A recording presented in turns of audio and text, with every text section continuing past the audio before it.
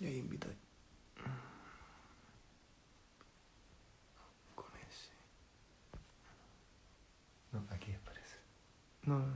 Eso es comentar. Ahí no hay más.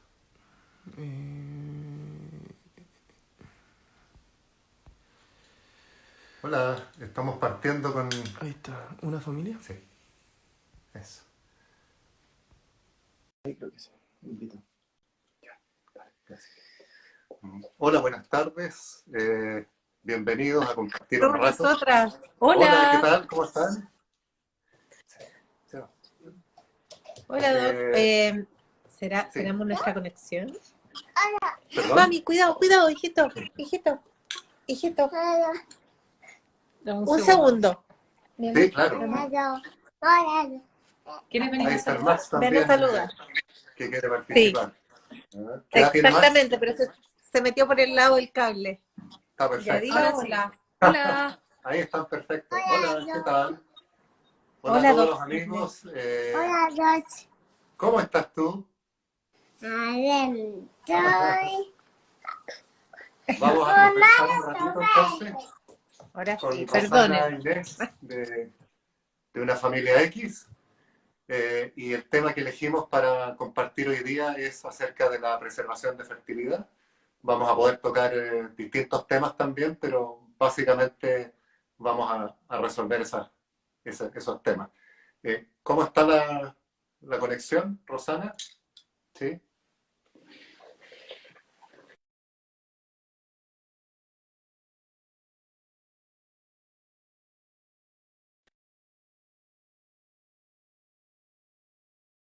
¿Estamos mejorando la conexión?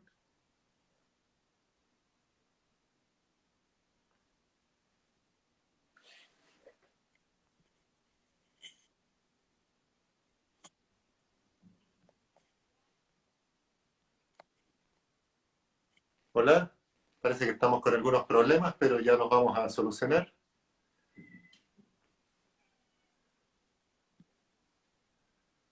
Vamos a esperar entonces que se unan Rosana. Yo mejoré mi señal también de internet.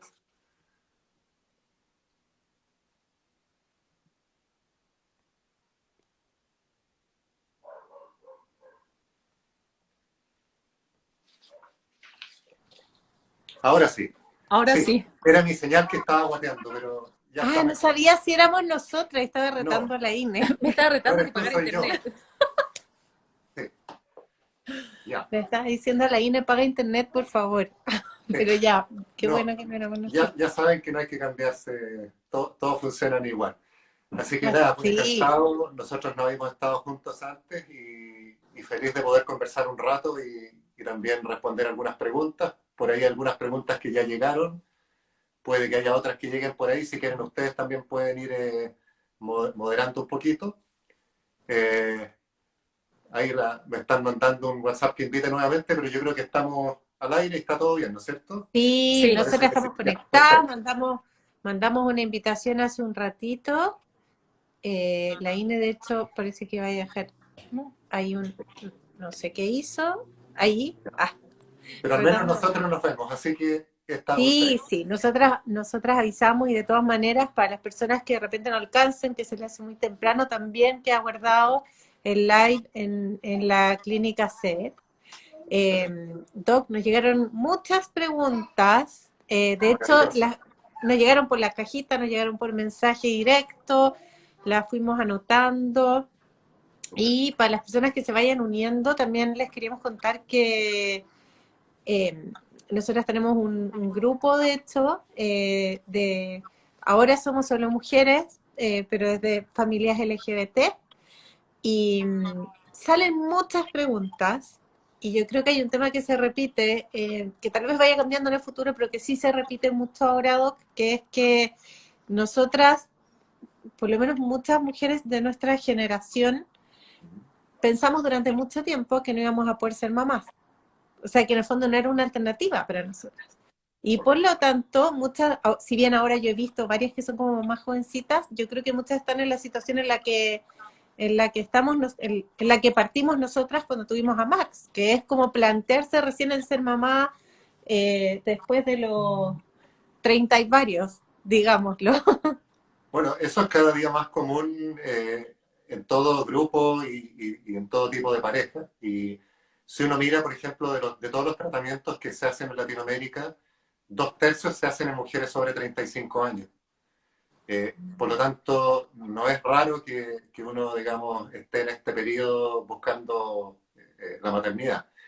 Y eso, digamos, para hablar un poquito sobre el tema de preservación de fertilidad, era una posibilidad muy remota antiguamente, porque las técnicas que teníamos para congelar los huevos eran, eh, digamos, no permitían una sobrevida muy adecuada.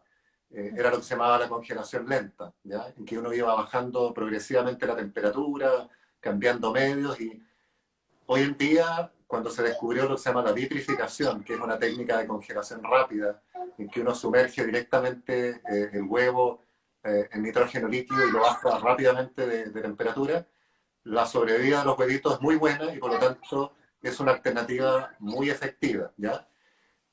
Y bueno, esto está partiendo, hay países que nos llevan la delantera, en Europa empezó un poco antes, pero todavía no hay mucha percepción de cómo hacerlo, de cuánto cuesta, de hasta qué edad se puede, de si vale o no la pena. Entonces, vamos a conversar un poquito de eso, ahí a lo mejor vamos a las preguntas. Y bueno, lo primero es que, como les decía, si uno está pensando en postergar la maternidad, sabemos que es más probable que se pueda encontrar con dificultades, ¿ya? Sabemos que las parejas van a necesitar más tiempo para lograr un embarazo y más parejas van a necesitar ayuda a medida que la vida avanza. Y una alternativa es en mujeres que están pensando que a futuro les gustaría ser madres, pero que por el momento no tienen un proyecto concreto, no están en pareja o todavía no es el momento por razones de estudios, laborales o la que sea. Ellas pueden, de alguna manera, tener una herramienta para disminuir el riesgo de tener dificultades más adelante, ¿ya? Y es súper importante saber que el congelar huevos no garantiza un embarazo. Y eso es porque uno podría tener la falsa tranquilidad de que congelo mis huevos a los 26 años, me quedo, digamos, muchos años y a los 45 empiezo a buscar mi embarazo. Y eso es un poco peligroso porque dependiendo a qué edad se guardó, dependiendo de la edad, hay distintas probabilidades. Por ejemplo, tomando un número realista de huevos que uno pueda guardar, porque hay especialistas que han hecho el cálculo de cuántos huevos tengo que guardar para tener una posibilidad razonablemente buena de embarazo. Buena Eh, pregunta. claro, si uno guarda antes de los 35 años 10 huevos, tiene una probabilidad calculada como de 85% de por lo menos un bebé con esos 10 huevos. Si es entre los 35 y los 40, esa probabilidad baja al 60, y si uno congela más tarde, la probabilidad baja como al 30. Por lo tanto, claramente, mientras antes uno congele es más favorable, pero se puede preservar a cualquier edad, ¿ya? Y eso también es importante saberlo porque después de los 43 años prácticamente no tenemos embarazos con fertilización in vitro o las tasas son extremadamente bajas. Entonces, si uno, aunque esté en sus 39 o 40, si uno todavía no tiene un proyecto o por cualquier razón no puede ser madre, es el mejor momento para guardar antes de los 43, que ya no va a tener probabilidad, ¿ya? Entonces, eso es muy importante. Muchas personas también creen que los tratamientos de fertilidad logran revertir completamente digamos, los efectos de la edad y eso no es así. Si uno mira los resultados en fertilización in vitro, en inseminación, igual que en embarazo espontáneo, las tasas de embarazo van cayendo. Por lo tanto, no es indiferente la edad en que uno busca su embarazo. Pero cuando uno dice de esos 10 huevitos, igual existe este 85% de probabilidades. Bueno, yo lo quiero decir porque en realidad, efectivamente, por ejemplo, nosotras partimos después de los 35 años, las dos, hicimos método ropa, por lo tanto, la edad que contaba era la de la INE, que fue la que puso los óvulos. Y efectivamente, no sé, siempre hay una mezcla entre la salud de la persona o los huevitos de la persona y la edad en la que parte, porque me imagino que estas probabilidades, porque si no uno se achaca mucho, Doc, porque hay mucha gente Sí, que parte muy después. Entonces, sí. estas probabilidades son un promedio, obviamente, de los resultados. Por lo tanto, sí existen mujeres que se embarazan hasta, hasta naturalmente a los 38 años, o Sí, por sea, supuesto. pero Yo he tenido pacientes mías obviamente, embarazadas a los 48 años también. sí, Entonces, pero yo creo que sí, también hay un tema aquí, que es sí, cuando uno puede practicar o cuando uno puede intentarlo gratis, digámoslo, tal vez duele menos, el intentar cuesta menos que cuando uno sabe que para intentarlo necesitas necesariamente pasar por un tratamiento de reproducción asistida, por ejemplo, que es en nuestro caso. Y ahí entonces sí es súper bueno congelar antes. O sea, es como sí, decir, mira, da lo mismo, tengo 25 años, no quiero ser mamá todavía, no quiero ser hasta en 10 años más, por ejemplo. Pero sí a los 25 años poder, o sea, no sé, nosotros nos llegan muchos mensajes de jóvenes, a estas alturas como que tengo 41 y digo así como de niñas, se ven muy jóvenes, jóvenes en todo caso, así que no hay ningún pero tema.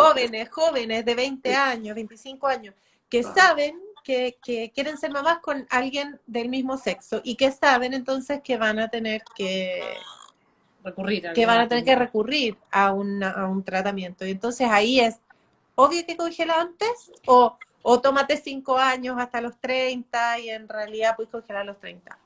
Siempre mientras antes mejor. mientras antes mejor, pero los cambios en la fertilidad antes de los 35 años son mucho más lentos. O sea, Ya, obviamente si uno lo tiene totalmente claro y tiene la posibilidad y tiene los recursos y es un buen momento, es una muy buena idea hacerlo, en cuanto uno lo quiere y lo puede hacer.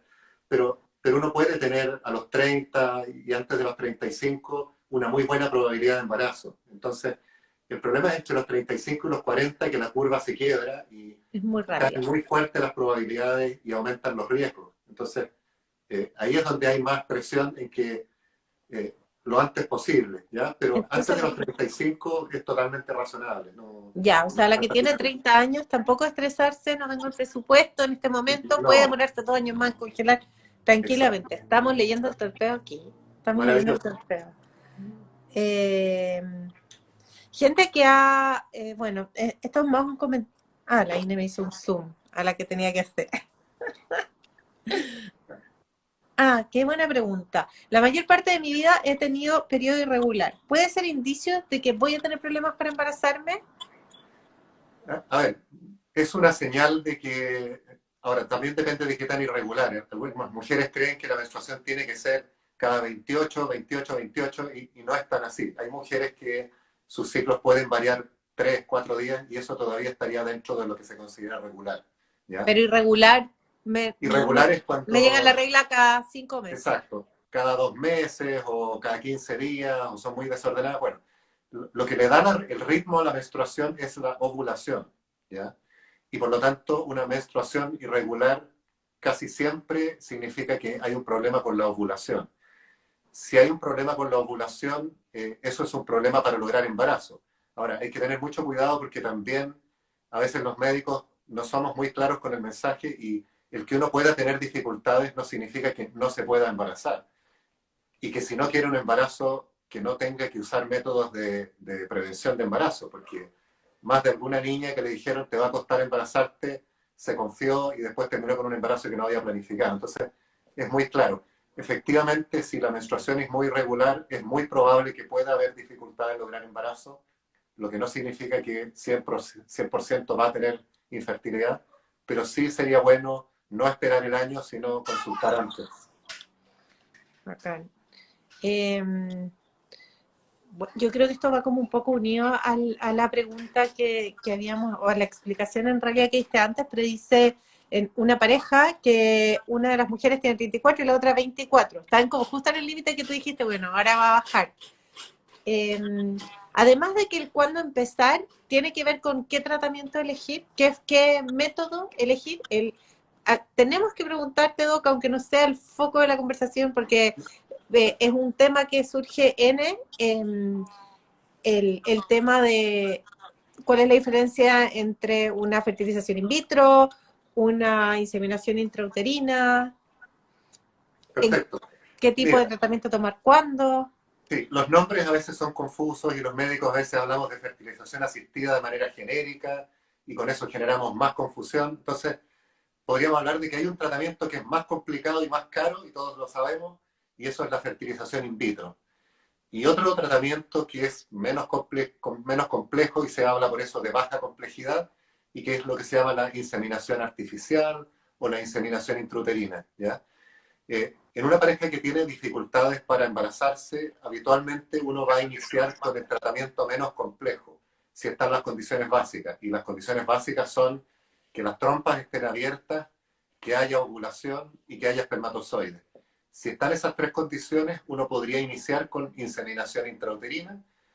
Las tasas de embarazo por cada mes van a ser muy variables, dependen de la edad, dependen del número de huevos con que van a ovular cuando uno las estimula, dependen de la calidad del semen, pero en general la tasa está como entre 15 y 20% por cada ciclo, más 15 que 20. Eso yo muchas veces se lo explico que es como lanzar un dado, es como la probabilidad cuando uno lanza un dado de sacar un as. Porque también dentro de las preguntas vi que algunos preguntaban, bueno, ¿y tengo más probabilidades la primera vez? O si me lo hice y resultó, pero después no me resulta. Entonces hay que entender que las probabilidades, cada intento es una probabilidad separada e igual a las anteriores, no cambia. Si No uno es hizo como un que se van acabando los, o sea, independiente de que sí, no es como que se van acabando mucho los huevos y... no, y no es tampoco que si hiciste un primer intento y no te fue bien, es porque tienes más problemas que... No. Hay que entender que las parejas humanas necesitan a veces varios meses para embarazarse, eso es normal, y por lo tanto que uno necesite varios meses con inseminación también es muy normal.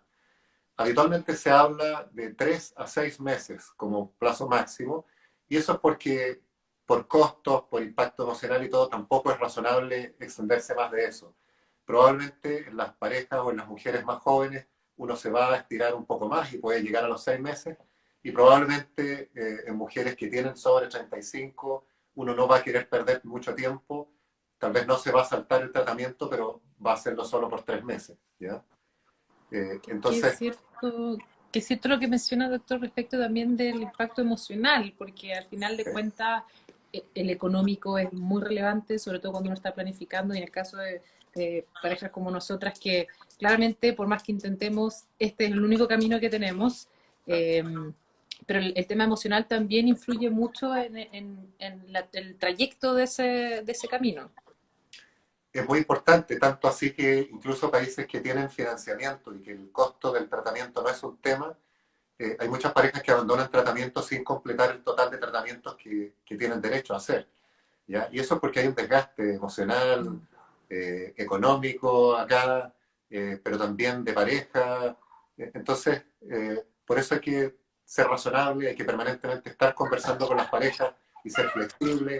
Uno puede tener un diseño, pero hay parejas que a veces necesitan avanzar más rápido que otras y otras que por el contrario no quieren que uno las empuje y prefieren ir un poco más lento, y hay que respetar eso, ¿no? Estamos hablando de probabilidades, no tenemos una certeza. Por lo tanto, Nosotras también somos hay que así. respetar. Sí. Nosotras somos así, somos como el yin y el yang en los tratamientos. Yo era como la, no puedo más, y la Inés como, vamos por otro intento. Así que qué importante ese tema. Muy importante. Doc, lo que pasa es que a mí se me bloquearon aquí los mensajes, entonces los estoy leyendo allá. Y puras flores. El doctor es un grande, saluda a su paciente de Curicó. Atienden, hacen consultas también. Un grande el doctor Cortines. Puras flores, chiquillas. Sí. Manden preguntas también. Muchas gracias por el cariño.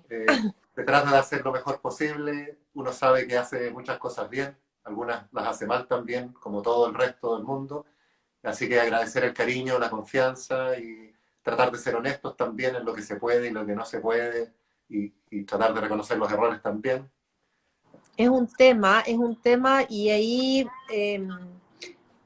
bueno, algo que se comenta como harto en los grupos en los que estamos, que bueno, cada intento obviamente conlleva un costo emocional y un costo económico.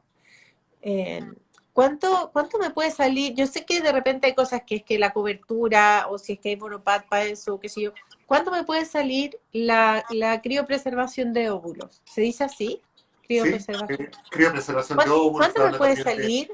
congelación de óvulos o congelación social, cuando no es con una indicación, por ejemplo, de cáncer o de otra que también está indicada en A esos ver, casos.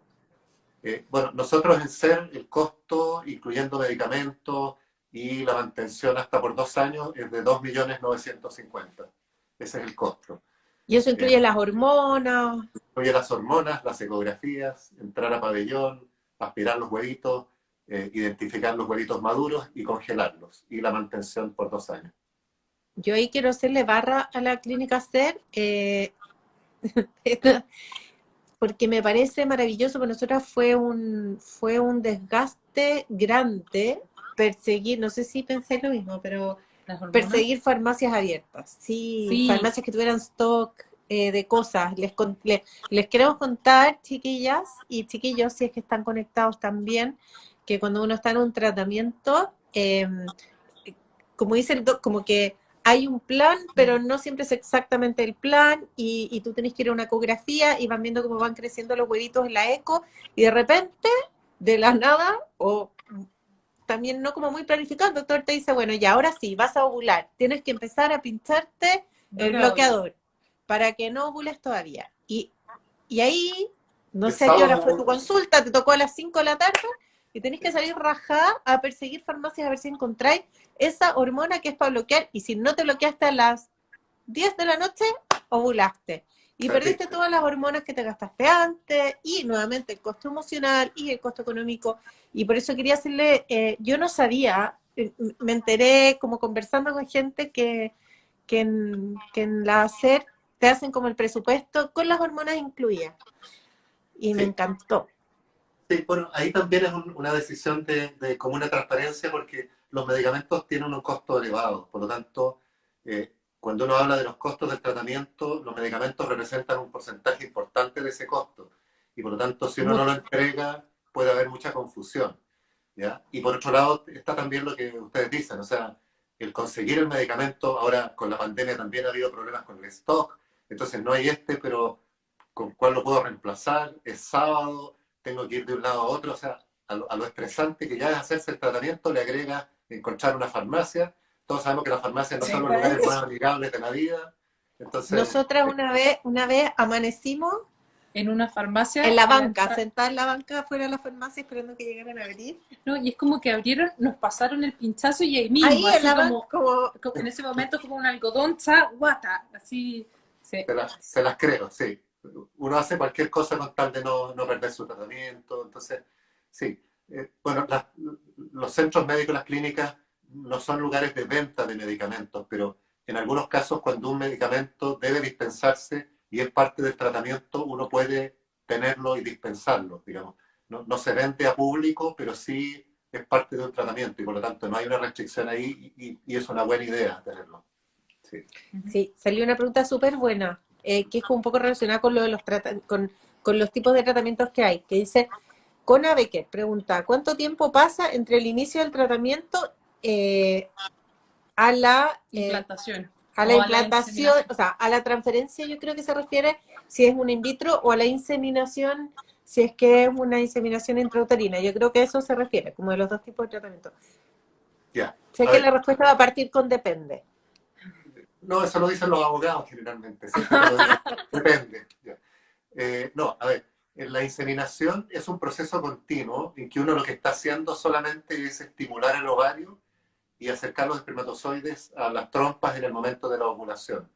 Por lo tanto, los tiempos son los mismos que en un embarazo natural. Ovulaste, ese día se fecunda el huevo, y 2 semanas después puedes detectar en un test de embarazo el embarazo, ¿ya? Y la implantación generalmente ocurre 4 o 5 días después de la fecundación, ¿ya? Entonces ahí hay una continuidad. En cuanto al in vitro es diferente, y antiguamente la mayor parte de los ciclos se hacían aspirando los huevos, fecundando, desarrollando el embrión y transfiriendo al embrión en el mismo ciclo en que se aspiraron los huevos. Hoy en día hay muchos centros, y entre ellos nosotros, que estamos separando esos dos eventos, y la mayor parte de las veces congelamos los embriones y transferimos después. No hay una evidencia absoluta y no hay un acuerdo total, pero aparentemente las tasas de embarazo pueden ser un poco mejores. Entonces hay que considerarlo caso a caso, y eso podría tener que ver con que en el ciclo que uno está estimulando el ovario, está más preocupado de que haya muchos huevos y está poco preocupado de lo que pasa con el endometrio. porque bueno, Sí. tengo que tener muchos huevos, le pongo todas las hormonas que puedo y bueno, hay algunas condiciones en que aunque uno tenga planificado transferir el embrión en el mismo ciclo, si la progesterona está elevada en el momento en que uno indica la inyección para ovular, eso significa que la probabilidad de implantación es más baja y uno debiera cancelar el ciclo y congelar. En los casos en que no ocurre eso, uno tendría la posibilidad de tomar las dos decisiones. Transferir en el mismo ciclo que aspiraste los huevos y en ese momento, digamos, sigue el mismo proceso que en la inseminación, o separar los ciclos. Y cuando uno separa los ciclos, normalmente uno espera que llegue la menstruación del mismo ciclo en que se aspiró y con la siguiente menstruación uno prepara con hormonas. Y ahí solamente estamos preocupados del endometrio, del colchoncito que recibe el embrión y por lo tanto toda nuestra atención está ahí. Y las tasas de embarazo, muchos centros reportan que son más altas y nosotros también hemos notado una mejoría en las tasas de embarazo. Esto Cuando puede eres chiquillo. cambiar y la evidencia es variable, pero pareciera ser que las probabilidades de embarazo mejoran. Y eso pareciera que también es mayor en mujeres sobre los 35 años. Aparte, por más que te digan, relájate. Por más que te digan, relájate, es muy complejo de lograrlo. Como dice Álvaro Salas, para ti es fácil decirlo. El chiste Para es ti es cantarlo. fácil decirlo. Eh, Tal cual. no, relájate es la peor palabra que le pueden decir a nadie. ¿Cuántas personas se han relajado después de que le dijeron relájate? Mejor es Ninguna. decir, entiendo que no estás relajada y que esto es estresante, pero vamos a tratar de que sea lo más amigable posible. Sí, relájate no es la mejor frase, la más No es la afortunada. cuestión, ¿cierto? Entonces llegaron muchas preguntas relacionadas con la edad y ahora en el chat, de hecho, dice una, yo sé que la contestó, pero de repente como un poco de recalcarlo, ¿es riesgoso someterse a una fertilización, me imagino que fertilización in vitro o tal vez a un tratamiento, quiere decir, a los 40 años? Además de menos probable, ¿pueden haber riesgos asociados a la Sí, salud? sí. A ver, hay que entender digamos, en el embarazo natural, los riesgos van aumentando a medida que la vida avanza. ¿Y de qué riesgos estamos hablando? Eso, Básicamente de dos riesgos. Riesgo de aborto y riesgo de enfermedades como el síndrome de Down, ¿ya? ya. ¿Y por qué pasa eso? Porque aparentemente los óvulos durante la vida tienen una estructura que se llaman las mitocondrias, que son como las pilas de la célula, ¿ya? Y esas pilas de la célula, igual que nuestros celulares, a medida que el tiempo va transcurriendo, no funcionan de la misma manera. Y lo que ocurre es que aparentemente no le proporciona la energía adecuada al óvulo para dividir los cromosomas. Y lo mismo que produce los abortos, que es cuando hay embriones con cromosomas alterados, produce enfermedades como el síndrome de Down. Por lo tanto, a medida que la vida avanza, por ejemplo, a los 20 años, el riesgo de tener un bebé con síndrome de Down es de uno de 800 niños. A los 40 años es uno de 80. O sea, aumentó 10 veces entre los 20 y los 40. El Pero riesgo de yo, tener un aborto, por ejemplo, de perder un embarazo, a los 20 años es como uno de cada 10 embarazos. A los 40 años puede ser uno de cada 3. Entonces, esos son los riesgos principales. y Y por esos eso, por abortos ejemplo, están, perdón, esos abortos igual están pueden estar relacionados a alguna alteración de cromosomas o qué sé yo, del mismo embrión. O sea que en el fondo la gran mayoría de los abortos están relacionados con alteraciones cromosómicas, ¿ya? Más del 70% en general. Y por lo tanto, eh, incluso, digamos, en caso de un embrión con síndrome de Down, muchos se van a manifestar como abortos, no como niños nacidos con síndrome de Down. Es como la última etapa de selección. Sí. y por lo mismo, entonces uno podría bajar esos riesgos si es que decide, independiente de que sabemos que las probabilidades son más bajas, entonces si yo tengo 40 años y quiero intentarlo, probablemente partir directamente con una fertilización in vitro y no con una inseminación y No estoy tan y de hacer acuerdo un con eso. estudio Yo sé y que la hacer conducta muchas veces, hay dos cosas, digamos, la edad y lo otro que se está midiendo mucho es la hormona antimileriana, que es para la reserva ovárica. Y hay sí. muchos que están siendo muy absolutos, como quedan pocos huevos, hay que ir directo al in vitro, o eres mayor y hay que ir directo al in vitro. Y yo creo que no es tan así. De hecho, he tenido muchas experiencias que van en contra de eso. A ver, es razonable porque el in vitro es la técnica más efectiva, pero la técnica es menos efectiva a medida que avanza la vida. Entonces, uno, si antes de los 35 años le está ofreciendo un 50% de probabilidad de embarazo con una fertilización in vitro a una mujer, a los 40 años le está ofreciendo un 20% o menos. Entonces, eh, no le puedes decir al paciente que esto es súper efectivo porque un 20% no es efectivo para nadie, digamos, es poco efectivo. pero Y a sí puedo veces sí, hacer, pero sí tengo sí, la posibilidad de hacer un diagnóstico, para la gente eso que no sí. sabe, pero la gente, existe un examen que es opcional, no sé si se llama examen, un estudio Sí, que es es un opcional. estudio que se llama diagnóstico genético preimplantacional, muchas veces le decimos PGD, ¿no es cierto? Ujú. Y significa, hay que llevar al embrión hasta el quinto día del desarrollo y en ese momento se toman algunas células, no de la zona que desarrolla el embrión, sino que lo que desarrolla en la placenta y se estudian los cromosomas. Y con eso uno sabe la información que tiene el bebé, si ese embrión no es sano, no se transfiere, si ese embrión es sano, se transfiere, y si ese embrión tiene cromosomas normales, la probabilidad de embarazo con un embrión con cromosomas normales es cercana al 70%, independiente de la edad de la mujer. Lo difícil es llegar a tener ese embrión con cromosomas sanos. Entonces también hay que ser muy Claro. honesto que una mujer a los 40 años puede hacer un in vitro, puede recuperar 10 huevos, puede tener 7 embriones y los 7 pueden ser anormales y no va a tener transferencia. Entonces Como hay que ser decía claro Doc, con eso. como Sí, me dijo mi psicóloga cuando yo estaba en mi momento más oscuro hace 4 años, uno necesita un solo embrión para embarazarse. No sabemos eso cuál es es, así, pero necesitamos uno. absolutamente. Pero el Yo embrión sé que es más adecuado. difícil, yo sé que es más difícil, no, y yo agradezco la verdad, yo creo que muchas agradecemos la honestidad y especialmente dentro de la comunidad LGBT más, nos pasa que llegamos al tratamiento sin siquiera pensar que podríamos llegar a tener problemas de fertilidad. Como que uno llega diciendo, bueno, yo necesito ir, pero Calculando, quiero que sea quiero guagua que de verano, sí. en enero, O febrero que nos sea vemos en este signo campaña. del zodiaco, también me ha Sí, el tocado. signo del zodiaco. Yo le iba a decir, pero es que la Ine después me dice que yo me burlo demasiado de eso. Pero uno llega pensando que en 3 meses más voy a quedar embarazada para que sea de tal signo. Y la vida no siempre es así y tenemos las mismas probabilidades que otras mujeres de tener problemas de fertilidad. Entonces, igual a mí me parece que es una buena alternativa decir que existe, que obviamente es mucho más caro hacer este estudio, pero por lo menos nos ahorra, no sé si tanto la plata, pero sí el desgaste emocional de un negativo, otro negativo. Una chica había escrito en el chat, yo lo quería decir y se me olvidó, pero había escrito en el chat recién que estaba esperando su beta, así que vamos a cruzar los Sí, dedos Vamos para que salga positiva fuerza y ánimo. Sí. y relájense. y Ah, claro. relájate. Bueno, bueno, esto del estudiar los embriones no solo, digamos, disminuye el estrés emocional, también, por ejemplo, puede evitar un aborto, que es un evento muy Eso es lo complicado y que triste, muy también, difícil.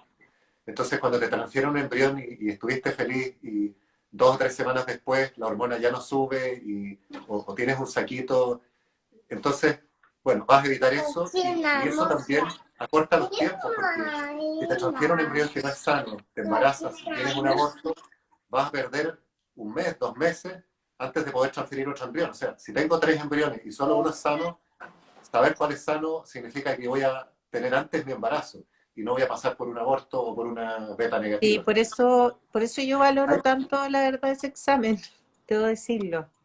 sí. Han salido algunas preguntas por ahí que he visto a la Sí, pasada, no soy muy bueno sí, en mirar ahí a lo rápido, las, pero sobre algunas enfermedades genéticas, ¿ya?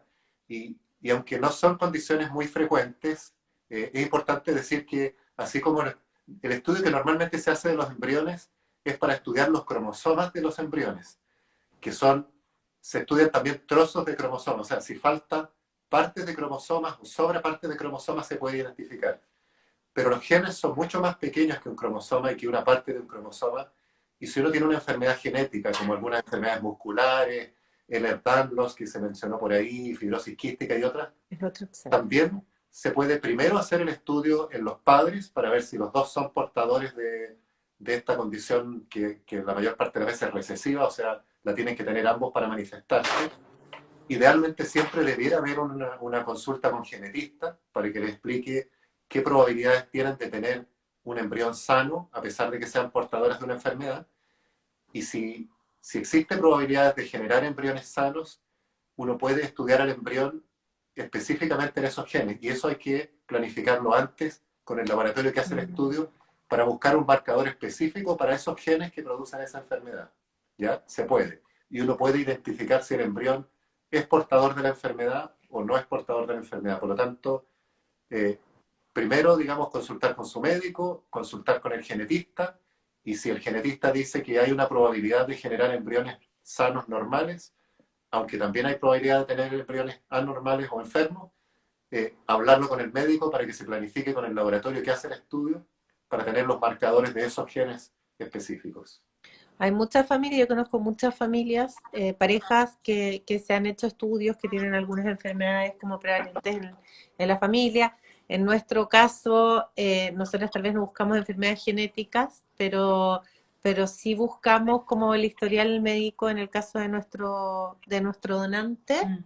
Y como que tratara de no repetirse, que no sé, pues cada uno sabe cuál es la enfermedad de su familia, que duro Así es. decirlo, pero ¿Sí? cada uno sabe de qué se muere su familia. Y también buscarlo en el caso nuestro, cuando tenemos acceso a historial de los donantes, también a mí me parece súper valioso. Están haciéndole mucha barra yo estoy leyendo es que no lo puedo ver acá en la pantalla, entonces Sí, lo no estoy sé viendo aparte, se quedó bloqueado el chat. Pero ya, Yo también tengo algunas dificultades con las preguntas, pero siguen vamos haciendo barra. respondiendo Sí, lo que... mándenlas de nuevo porque ahora estoy leyendo el chat, me estoy viendo Perfecto. doble. Me estoy viendo Maravilloso. acá y aquí veo el chat. Así Ya. que manden las preguntas de nuevo. Qué buena esta pregunta. Yo creo que... Ahí salgo yo. ¿Cuántos ciclos debo congelar? De repente son preguntas que son como muy casuísticas, pero si se puede generalizar un poquitito para hablar del tema. ¿Cuántos ciclos debo congelar si tengo 38 años y un diagnóstico de mioma? Depende. A ¿Vale? ver, no hay mucha relación entre el diagnóstico de mioma y el congelar. O sea, muchas mujeres se pueden embarazar con miomas, solo cuando los miomas están dentro de la cavidad del útero tienen indicación de tratamiento absoluta, o cuando son miomas muy grandes, más de 5 o 6 centímetros, ¿ya? Entonces, ahora, uno puede referirse a varias cosas. Por ejemplo, mujeres que tienen una baja reserva ovárica o una baja respuesta, algunos centros sugieren que uno congele, estimule más de una vez y congele huevos y después haga el estudio porque el estudio genético es costoso y es una forma de disminuir ese costo. Pero yo creo que hay que ser bien cuidadosos con eso porque podría haber distintas situaciones. Podría ser que aunque uno tenga pocos huevos, en su primer intento genere un embrión sano y se embarace. Y podríamos estarle haciendo un ciclo que no necesita por la idea de que tenemos que guardar más huevos, por ejemplo.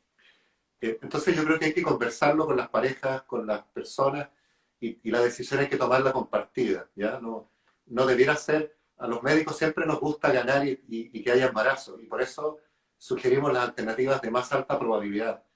Pero la persona que se está haciendo el tratamiento tiene más derecho que nosotros a decidir qué quiere hacer y qué riesgo está dispuesto a correr. Por ejemplo, la ovodonación, muchas veces la sugerimos muy rápido, y la ovodonación es una alternativa diferente. Por lo tanto, puede pasar que hay parejas que, digamos, sienten que están en esa etapa y eso les ofrece una alta probabilidad de embarazo, pero no es una solución, es una alternativa diferente. O sea, no estamos logrando que se embaracen como se embaraza normalmente una pareja y de la forma más natural. Estamos ofreciendo una alternativa diferente. Entonces hay que ser muy respetuoso de qué parejas están preparadas para pasar a ese tipo de alternativas y cuáles no. Y aunque sus probabilidades sean bajas, si su probabilidad no es cero, tienen derecho a intentarlo. No, Sí, o no sea, al porque final un nosotros poquito vamos a de... frustrar si no hay embarazo y ellos también. Pero bueno, nos podemos acompañar y frustrarnos juntos. No por lograr el éxito y para que nos vayamos contentos, vamos a hacer algo que no es lo que ellos quieren, básicamente. De hecho, justo aquí preguntan, va muy el caso, cuando uno está recién partiendo, como hay ciertos exámenes que se recomiende de realizar de fertilidad antes de empezar Sí. a probar un tipo u otro tratamiento. Yo escucho todos los días, leo todos los días, que no siempre, pero histerosalpingografía. Sí. Muy Pero desafortunado. alguien que está nombre. recién Yo les comenzando. digo, ¿Qué hay que mira, cuando hacer? tú llames, di ístero y te van a decir, ya sé qué, no siga. ¿Ya? A ver, lo que hay que saber es que hay muchas cosas en fertilidad que no se pueden estudiar. Por ejemplo, la fecundación del huevo, el desarrollo del embrión, el transporte del embrión. Pero hay unas pocas cosas que sí podemos estudiar y es lo que se llama el estudio básico de fertilidad. Y a la mayor, o a todas las parejas, o a la mayor parte de ellas, uno debiera iniciar estudiando la ovulación, estudiando las características del semen y estudiando la permeabilidad de las trompas, ¿ya? El estudio de las trompas no es un estudio agradable normalmente, es un estudio incómodo, a veces puede ser doloroso, entonces no está totalmente exento de riesgos. Por lo tanto, puede haber algunos casos en que uno inicie tratamiento sin hacer el estudio de las trompas porque los antecedentes son muy favorables, porque tiene un estudio de clamidia negativo, que es uno de los gérmenes que puede cerrar las trompas, y para una segunda etapa dejar el estudio de las trompas. Lo académicamente correcto es hacer el estudio de las trompas al comienzo, pero como les digo, siempre hay que ser flexibles y hay que conversarlo y Yo he digamos, llegar a escuchado acuerdos. Sí. yo los dos Entonces, lo tips que básico es, escucho, sí, sí, yo siempre escucho, uno, anda acompañada, sí, porque duele.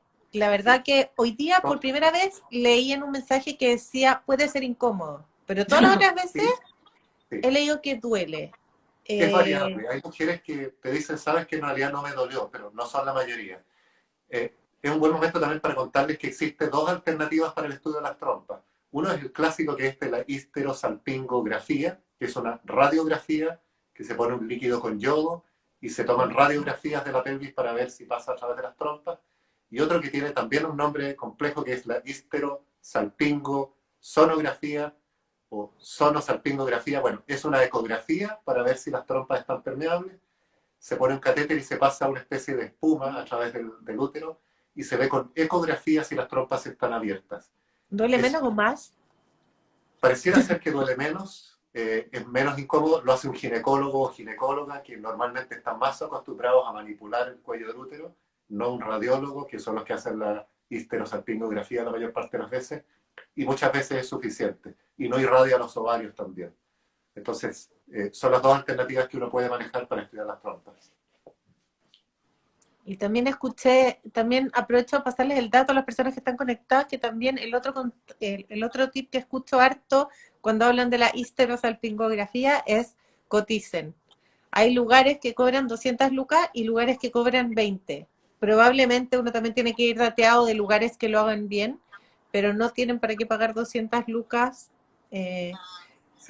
Hay algunos exámenes que no tienen código, a veces los insumos, por ejemplo, del estudio de ecografía, los insumos son costosos. Entonces, bueno, a veces es una cosa por otra y ahí los grupos de pacientes debieran compartir información en qué lugares molesta menos, en qué lugares los costos son más bajos, en qué lugares reciben FONASA. Eso es importante para ayudar.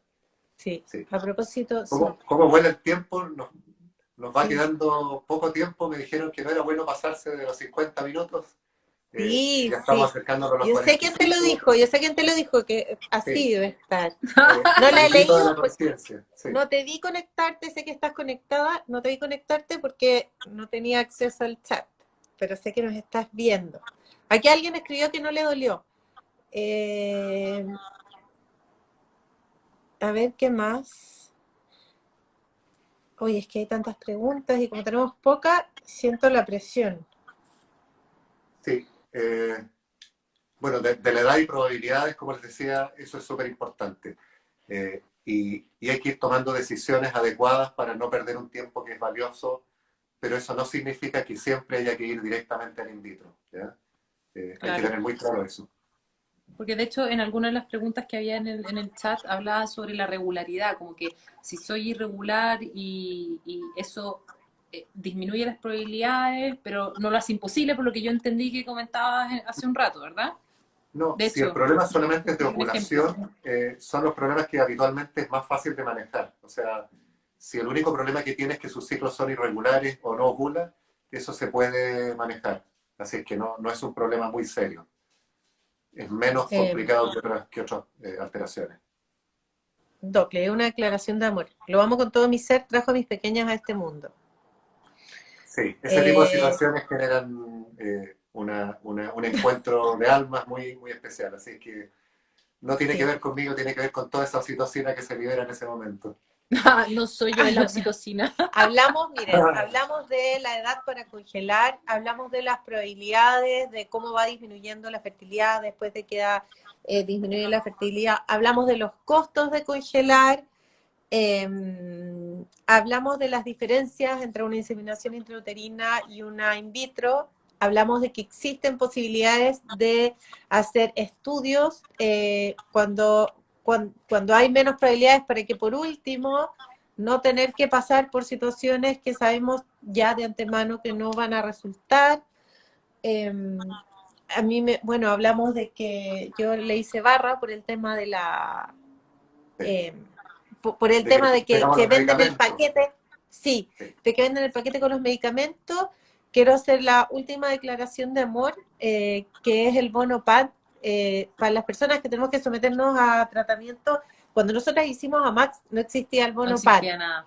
Y las ISAPRES vivían amenazándote que no iban a cubrir nada si es que era producto de tratamiento de reproducción asistida, y era peor, o sea, el estrés era Aún tanto mayor, sí. peor. Hoy día Mira, existe, ahí hay un tema, FONASA en este momento no está incluyendo el método ROPA, por ejemplo, en la fertilización in vitro.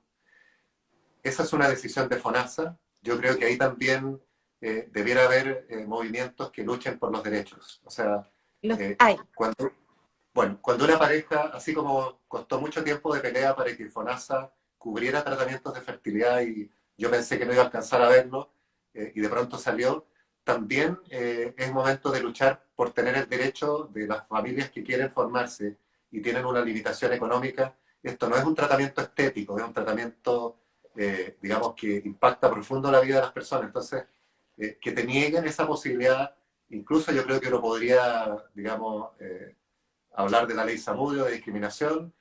Bueno, hay Lo ciertas reglas que hacen, se ponen, pero digamos importante, saber que en este momento, por ejemplo, el método ROPA no está incluido en FONASA y por lo tanto hay que pagarlo como particular.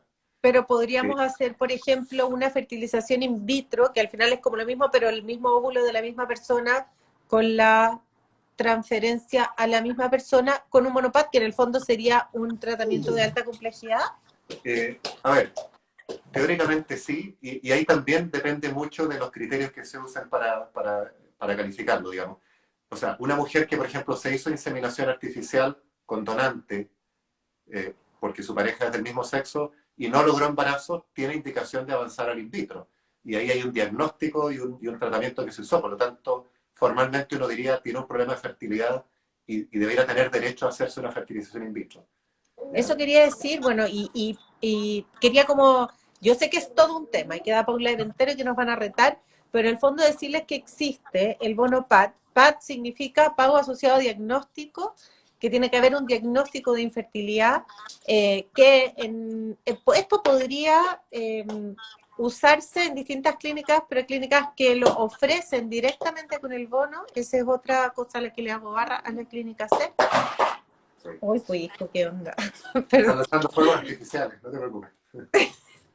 Esa es otra cosa, cuando averigüen, cuando tengan que preguntar, en realidad en cualquier clínica, pregunten por los costos, pregunten por los reembolsos, pregunten cuándo se puede vender como bono, y la verdad es que no todo vale, voy a inventar un número, 10 millones de pesos.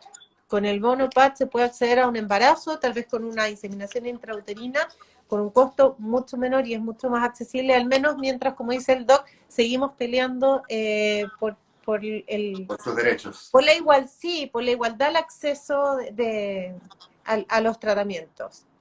Así que eso, para que no Sí. nos reten, doc, No, no nos van a agradecer.